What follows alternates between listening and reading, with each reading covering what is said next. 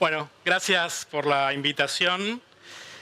Mi nombre es Federico Cuxo, por el acento se darán cuenta que no soy de Chile, soy argentino.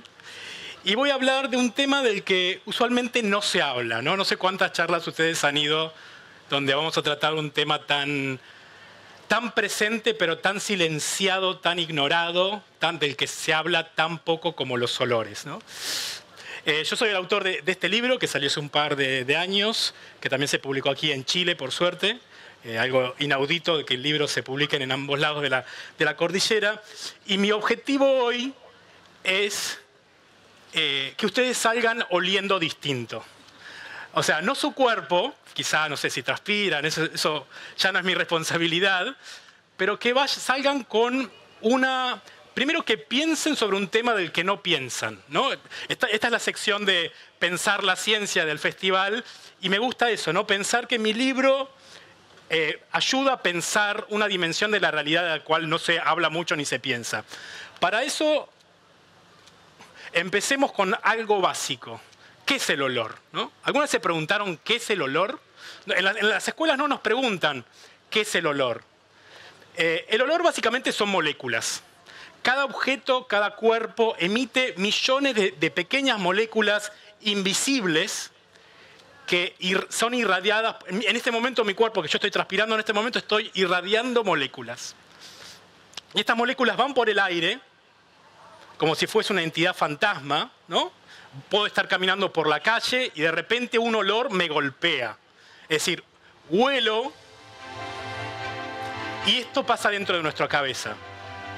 Las moléculas ingresan en la cavidad nasofaringea y las pequeñas moléculas de olor estimulan los nervios de un pequeño órgano, los receptores olfativos que están en el techo de la nariz, que estimulan las neuronas y producen un impulso que va en milisegundos a nuestro cerebro, en especial al centro olfativo, al bulbo olfatorio, que está en la misma región del cerebro que la memoria.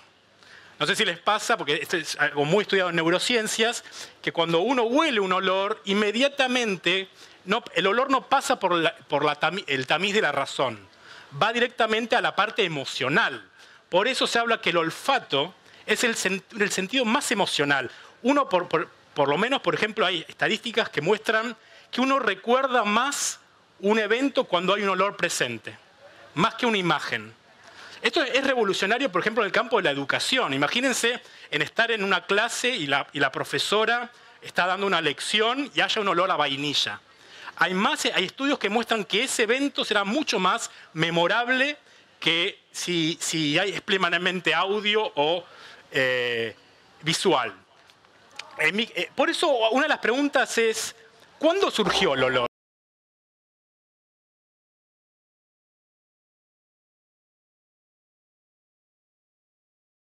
El espacio está lleno de olores.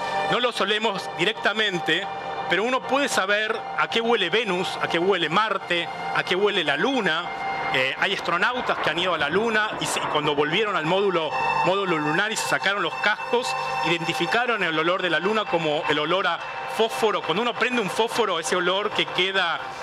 porque tiene que ver con los hidrocarburos, con las moléculas. En Venus se habla mucho que tiene un olor a huevo podrido, también por la composición química. Entonces, cada vez que vean imágenes estelares, también piensen en la dimensión olfativa del universo, del cual nosotros no tenemos esa noción tan directa. A mí, desde chico, me encantaron las películas históricas, ¿no? Cleopatra, ¿no? Yo, cuando veía estas imágenes, no solo me magnificaba con una reconstrucción bastante incompleta, bastante sesgada, ¿no? De pensar de Cleopatra como Elizabeth Taylor, como una mujer blanca, sino básicamente lo que yo me preguntaba, o Gladiador, ¿a qué olía? ¿Qué olía el Coliseo romano? ¿Cómo olían los gladiadores? ¿No? Yo siempre me hacía esa pregunta. O si no, ¿a qué olía San Martín? Imagínense un hombre cruzando los Andes, luchando contra los españoles, buscando la independencia de nuestros países, ¿no? Entonces, a los 16 años, por eso siempre hablo yo que los libros te pueden cambiar la vida. A los 16 años, mi papá, que no no por casualidad, mi papá es otorrinolaringólogo, quizá por eso mi obsesión con las narices, ¿no? Viene de familia, genético. Me regaló este libro, que yo les recomiendo que lean este libro. Este es un libro que a mí me cambió la vida, se llama El perfume, de un autor llamado Patrick Süskind, que es un hombre que no da entrevistas. Es como un fantasma, no da entrevistas. Y la película es genial. También hay una película que es del 2006 que se la recomiendo mucho, que es de un hombre que nace con un olfato absoluto, en el sentido de, en el siglo XVIII en Francia, tienen una capacidad de oler el mundo como ningún ser humano hasta entonces y quiere desarrollar el perfume perfecto. Y no voy a hacerles un spoiler, pero para desarrollar el perfume perfecto, ¿qué hace? Mata mujeres. ¿No? Es una historia también muy linda que combina ciencia, que combina arte, detective. Pero lo más interesante de este libro es que, como dice el autor, los olores tienen un poder de persuasión más fuerte que el de las palabras, las apariencias, las emociones o la voluntad. No se puede defender ante el poder persuasivo de un olor. Entra en nosotros como el aliento en nuestros pulmones, nos llena, nos impregna totalmente, no hay remedio para ello. No hay muchas novelas que traten el olor como un personaje. Y esto es lo que me fascina del perfume, que el perfume en verdad está basado en una investigación crucial en la historia de las ideas de 1982 de este hombre, que quizás no lo conozcan mucho, pero es un hombre que instauró una nueva manera de percibir la historia. Hasta fines del siglo XX teníamos una concepción desodorizada de la historia. Cuando nos enseñan la historia, no nos enseñan a qué olía el pasado. Este hombre dijo, vamos a estudiar cómo se olía el pasado, vamos a prestarle atención y en especial estudió cómo olía la Revolución Francesa, ¿no? Por eso, cada vez que uno piense la historia, hay que pensarla también en términos aromáticos. ¿Cómo era una guerra? O sea, el olor de la muerte, el olor de los cañonazos, el olor de la batalla, ¿no? Es un tema del que los historiadores, como dice este escritor Roy Porter, que es un historiador, perdón, se me fue todo. Es un historiador de la medicina que dice que ¿cuántos historiadores nos han dado algún indicio sobre los olores de las sociedades antiguas? Los investigadores han estado muy callados sobre el hedor del pasado, repelidos al parecer por la sensibilidad higiénica moderna del presente. Es como que el olor ha sido totalmente ignorado en nuestras civilizaciones occidentales. Y esto tiene que ver mucho con lo que ha pasado en la historia, en especial a partir del siglo XVII. Esta es una publicidad de Rexona que básicamente, ya cuando uno habla de la palabra olor, ustedes cuando se escucha la palabra olor, ya tiene una carga de negatividad, ¿no? Por eso hay una cantidad de palabras como perfume, aroma, fragancia, pero en verdad todo es lo mismo, son moléculas. Son nombres de marketing distintos. Y esto me parece lo más interesante de combatir esta especie de anosmia social, porque en verdad a los olores en esta sociedad occidental del siglo XXI se los suele despreciar. Se los silencia, se los tapa, se los ignora. Sin embargo, cada olor tiene su biografía. Cada aroma cuenta una historia. No sé, ustedes van a un cumpleaños y no hablan de sus olores. No hablan de cuál es su olor favorito, cuál es el olor que los conecta a ustedes con sus abuelas, qué olores detestan. No es un tema de conversación, ¿no?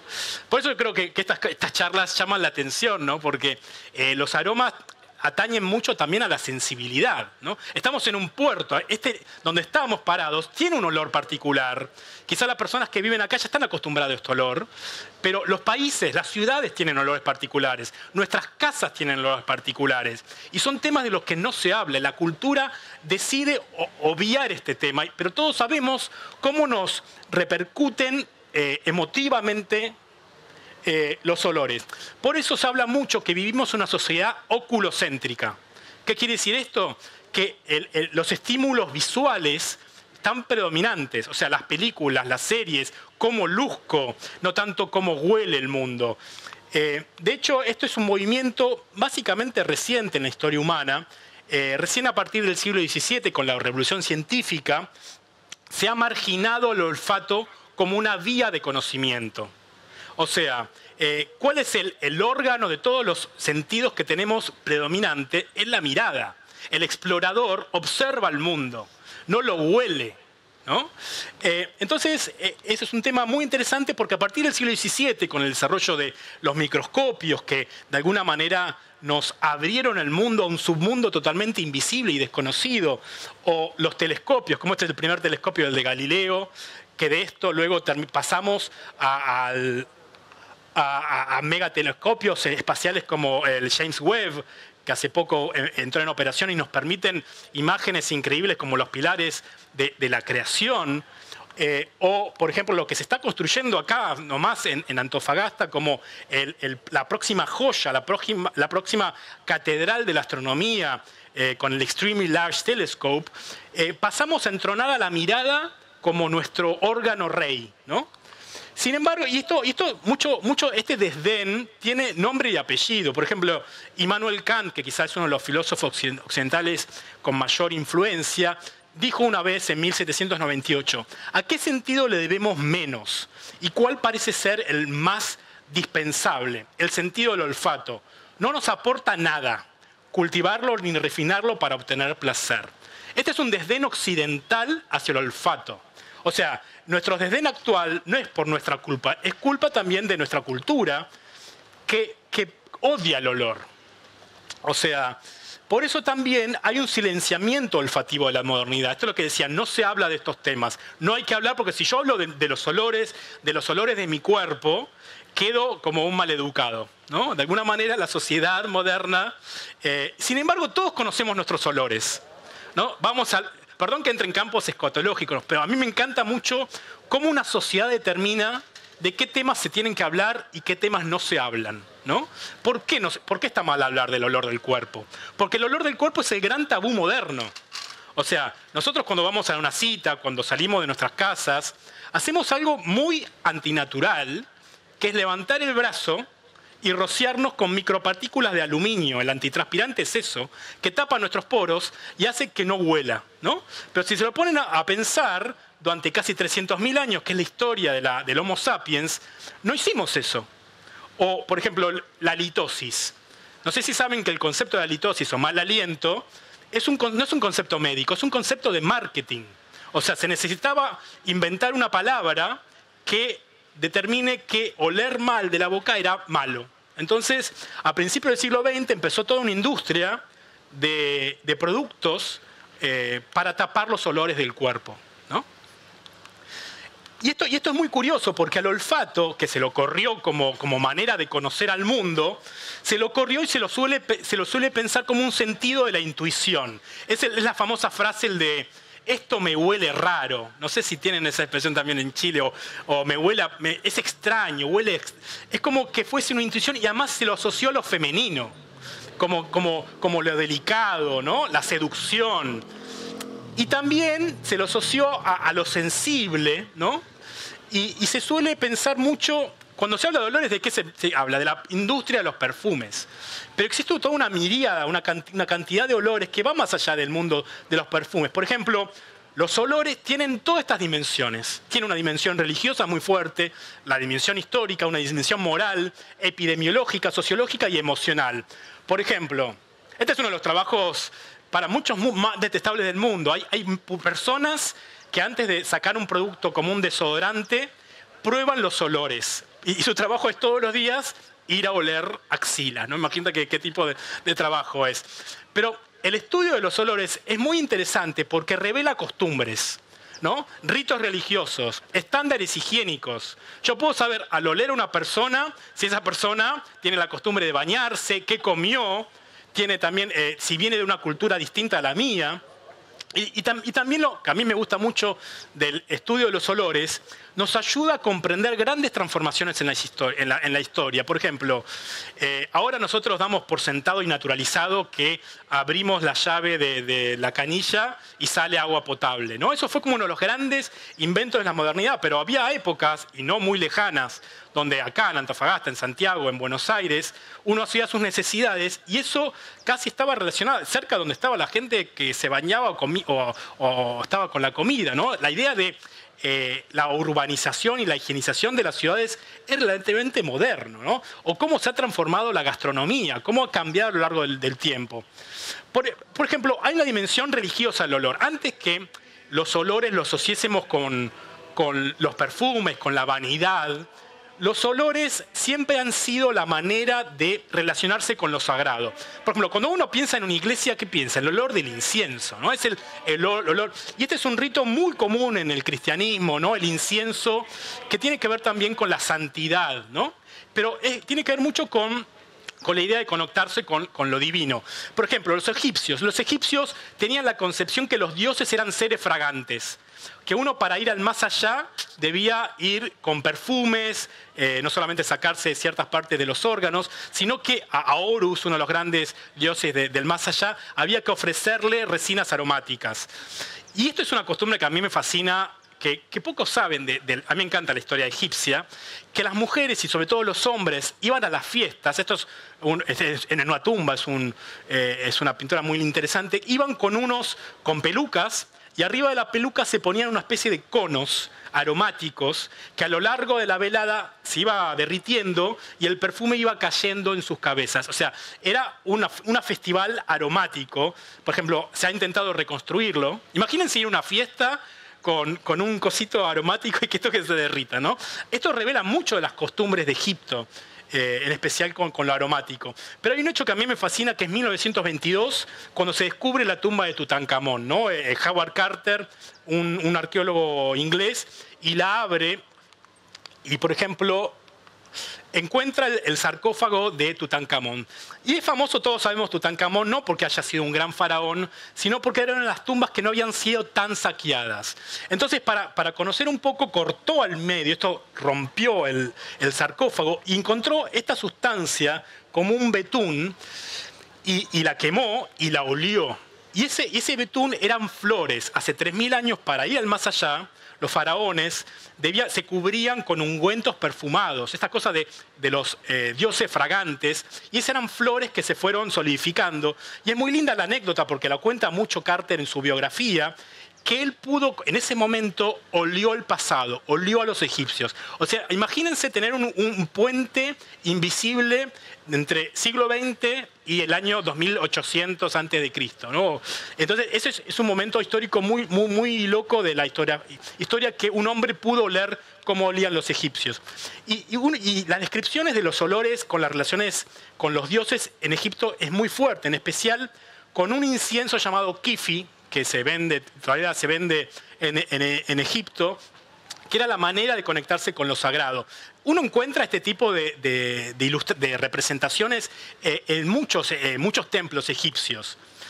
Por ejemplo, al morir, también no solamente se sacaban los órganos, se momificaba el cuerpo, es porque se pensaba que había una vida más allá, pero también iba con ungüentos aromáticos al más allá, ¿no? Entonces, esta es una manera que los olores revelan parte de la historia. Otro olor que es crucial para conocer un poquito la historia es el olor a ajo, ¿no? Básicamente porque se pensó durante mucho tiempo, hasta relativamente poco, hasta el siglo XX, que el olor del ajo daba coraje, daba fuerza. Entonces, hay muchos registros de los legionarios romanos que consumían mucho ajo. Y todos sabemos lo que consumir ajo produce en el cuerpo, ¿no? O sea, el aroma del cuerpo después. Entonces, cuando ustedes vayan a un lugar histórico, que ahora se lo ve así, tan desodorizado, piensen un poco a la dimensión, cómo olía este lugar, ¿no? Cómo olía el Coliseo romano, gente que quizás no se bañaba, el olor de la gente de los puestos que consumían carne, el olor de los animales sacrificados. O sea, le da una dimensión extra a la historia que nos ayuda a comprenderla de una manera mucho más profunda. Pero hay una costumbre que a mí me gusta mucho de los gladiadores romanos, que se han encontrado muchos de estas pequeñas cuchillas. Y hay muchas ánforas con estas representaciones que después de sus combates los gladiadores raspaban su piel y acumulaban el sudor en pequeños frasquitos que los vendían a la población. O sea, imagínense que Messi, de alguna manera después de jugar al fútbol, raspase la transpiración y las vendiese en pequeños perfumitos.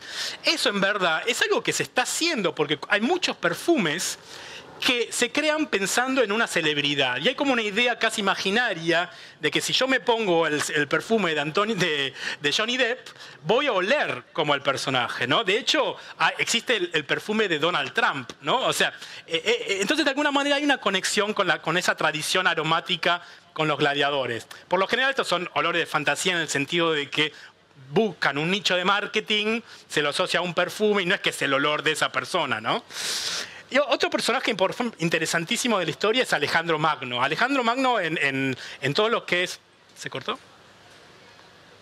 Bueno, sigo hablando. En la biografía de Plutarco, describe mucho que Alejandro Magno olía a azafrán, porque había una creencia muy fuerte de que el azafrán a las heridas las hacía sanar mucho más rápido. O sea, imagínense cuando comen un arroz con azafrán, de alguna manera hay una conexión aromática con el pasado. Uno está oliendo a Alejandro Magno. Por eso, los aromas están en todas las religiones, el judaísmo, el islam, los movimientos taoístas, porque se asocia mucho el incienso con la elevación de las plegarias y la relación con lo sagrado. De hecho, en la historia de arte hay situaciones geniales. Esta es una escena de la resurrección de Lázaro, donde, si pueden ver, hay un personaje tapándose la nariz, ¿no? Y esto hay muchas representaciones, ¿no? Gente tapándose la nariz, o sea, para imaginar el olor del muerto. ¿No? No solamente la historia del arte nos ayuda mucho a ver estas situaciones, pero también es muy aromática, ¿no? Por ejemplo, acá, ¿no? Acá, están tapándose la nariz, acá, ¿no? Para concebir. Y a mí lo que me gusta mucho es pensar el olor como una construcción social.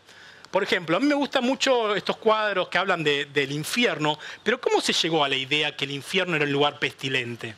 ¿No? Eso es una construcción social, porque a los olores dulces se los suele asociar con lo divino, con la iconografía vamos más adelante, de la Virgen María es lo floral, ¿no?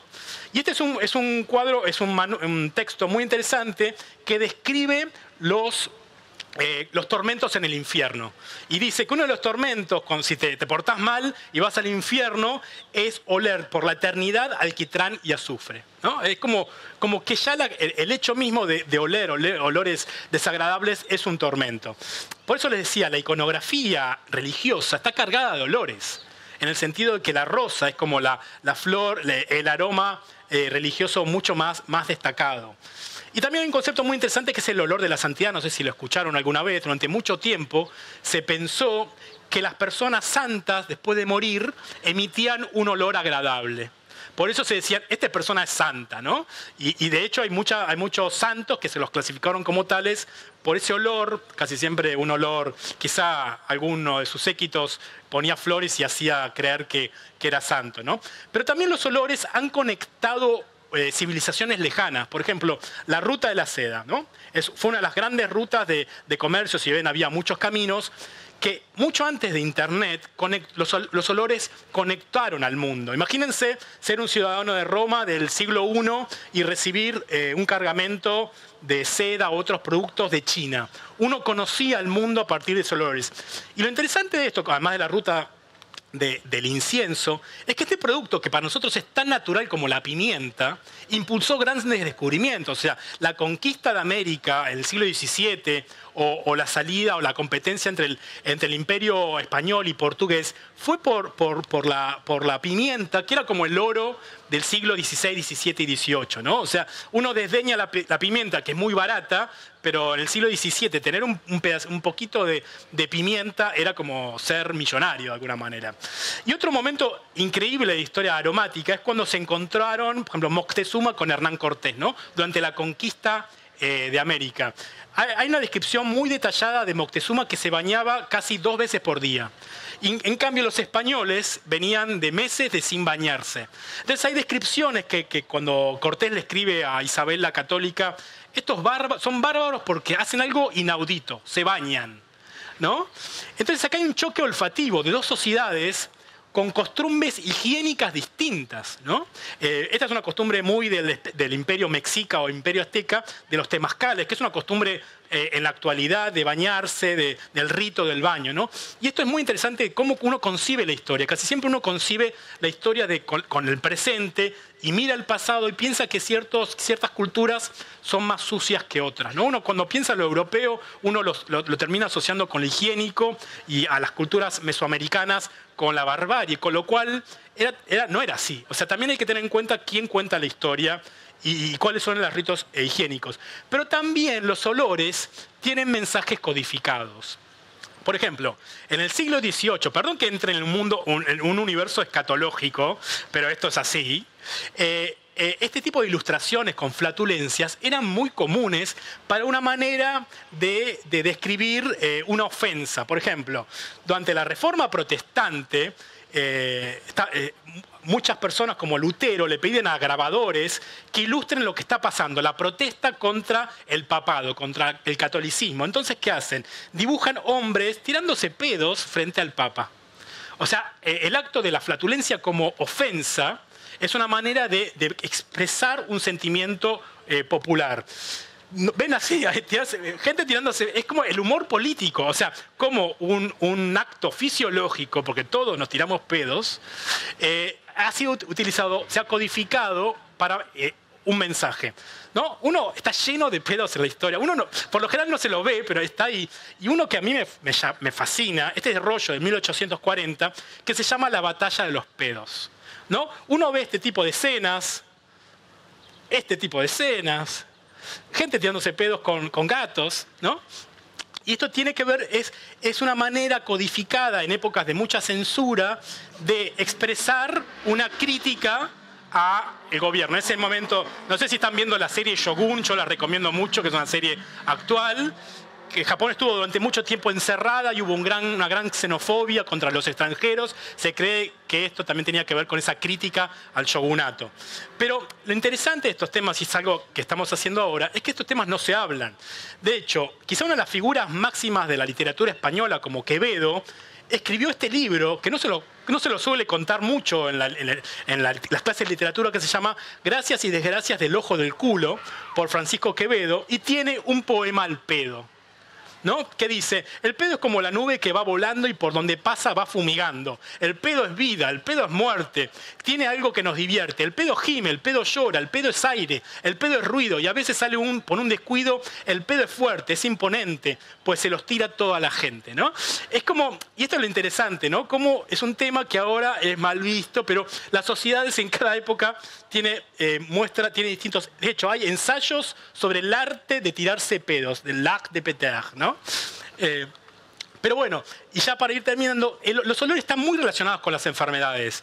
Por ejemplo, recién en el siglo XIX se identificaron a los virus y las bacterias como los que ayudaban a propagar las enfermedades. Hasta entonces se pensaban que las enfermedades se transmitían con los malos olores o lo que se llama miasmas, ¿no? Entonces uno ve muchas... las descripciones gráficas de las pandemias es gente tapándose la nariz.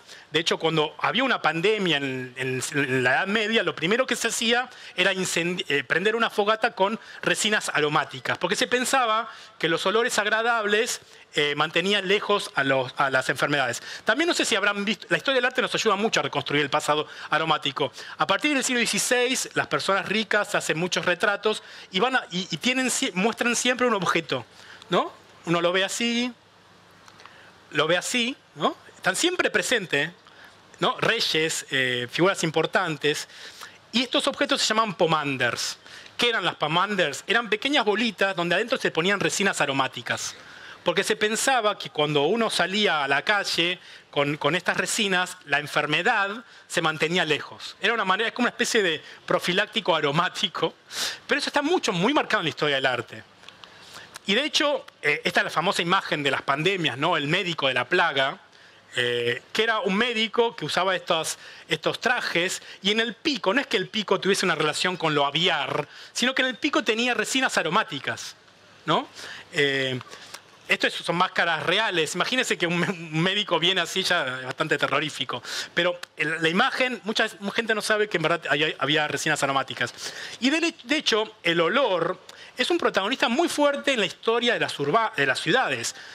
Durante muchos siglos, Londres, como también Buenos Aires, eran considerados centros donde había olores horribles. Por ejemplo, en Buenos Aires tenemos el Riachuelo, que durante siglos era un lugar donde te decían no vaya porque te vas a enfermar con los olores. Me imagino que Chile en alguna parte también tendrá esta historia con los malos olores. Y se hablaba mucho del Támesis como un lugar totalmente apestoso, que la gente se desmayaba. De hecho, los policías tenían que ir con unas pequeñas sales aromáticas con los que despertaban a las damas cuya sensibilidad se veía ofendida por los malos olores del Támesis. También en el campo de la medicina, ahora el médico no se te acerca, no te huele, pero durante muchos años los médicos olían a los pacientes. De hecho, hay muchos cuadros que muestran esta situación, los médicos mirando y oliendo la orina. O sea, al oler el cuerpo, por ejemplo, se habla mucho de la diabetes mellitus, que tiene que ver con el olor de la orina, que era un olor muy dulce. Entonces, muchas enfermedades se las catalogaron a partir de los olores, ¿no? Había una clasificación de la orina, a cómo olía la orina, dependiendo de tu enfermedad. Pero, sin embargo, en el siglo XVIII empezó a haber un cambio, hay como un antes y un después, un momento bisagra en nuestra relación con los olores. Fue en este momento, por ejemplo, en París se tiraron barrios completos y empezó a haber una idea de que había que higienizar las ciudades. Esa idea del viento, cuando uno abre las ventanas en las casas, ¿no? Higienizar el campo urbano. De hecho, muchos escritores como Balzac, Flaubert, Rimbaud, Dickens, empiezan a describir olores en sus obras. Cosa antes, eso no se mencionaba el olor. Por ejemplo, Gogol tiene un gran cuento que se lo recomiendo mucho, A la nariz. Un hombre se despierta y la nariz ha abandonado su cuerpo y él va buscando a la nariz por la ciudad, ¿no? Es una especie de antecesor de Kafka, ¿no? Esa idea de la metamorfosis, de despertarse como una cucaracha, ¿no? Como un bicho. Pero el gran poeta del olor es Charles Baudelaire, ¿no? En el sentido que en su libro Las flores del mal describe el olor, las relaciones aromáticas y las relaciones amorosas en términos de olor. Y un gran autor aromático es Neruda, ¿no? De alguna manera tiene muchas odas al olor, una oda a su aroma donde habla mucho del olor de su amada. O sea, un poeta declarando su amor al olor del cuerpo de su mujer, ¿no? Y este me parece un gran ejemplo que Proust es conocido como uno de los poetas, escritores más aromáticos, con un efecto que se llama efecto Proust, que es el de la Madeleine, ¿no? Que quizás muchos, no sé, acá veo que muchos chicos no lo conocen, pero hay un momento en la historia del cine de hace un par de años donde se describe muy claramente qué es el efecto Proust. Este es Ratatouille, que las ratas cocinaban detrás de escena. Y el crítico de arte va a clasificar ese olor, ese plato, y pasa esto.